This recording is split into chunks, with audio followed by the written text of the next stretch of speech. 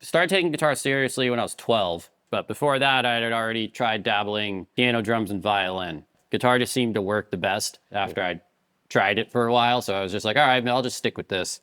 I started taking lessons. My dad was in a guitar shop and just heard like Yngwie style guitar playing come from the back room, and then found out he gave lessons, started taking lessons consistently with him. And that's all like all the technique and stuff that I'm still using for the most part came from. Just a super good thing to have happen. What would you say is like the number one thing you see in new guitar players when they're trying to do something like what you're doing? Well, they're always looking for a shortcut. That's the main thing. They're impatient. I've given plenty of like one-on-one lessons where they're like, yeah, I just can't get it down. And I'm like, well, how long have you been trying this? Like, how long have you just been playing guitar in general yet? And they're like, oh, like 2 years.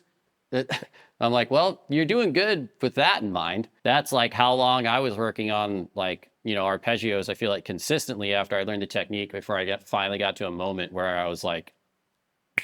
So you said violin, drums, what else? What else Piano. And piano.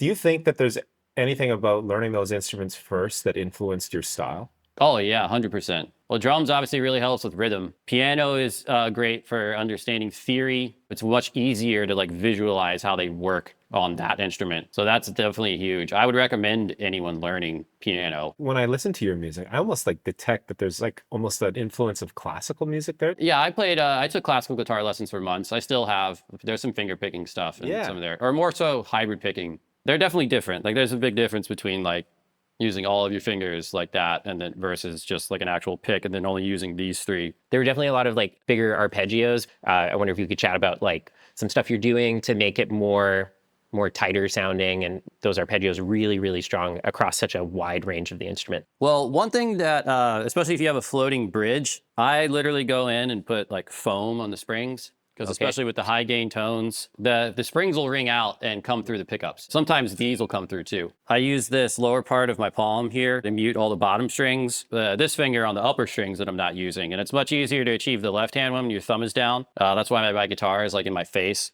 practically all the time. Yeah, fingers are in line with the frets as opposed to being like this weird smashed angle. For arpeggios in particular, like you were referencing, even like to start like a 5-string arpeggio, especially on a 7-string too, because you have more you got to keep quiet. I would be like, all right, are these two quiet, or are they at least like have something on them? Like, and then I would just make sure they're quiet.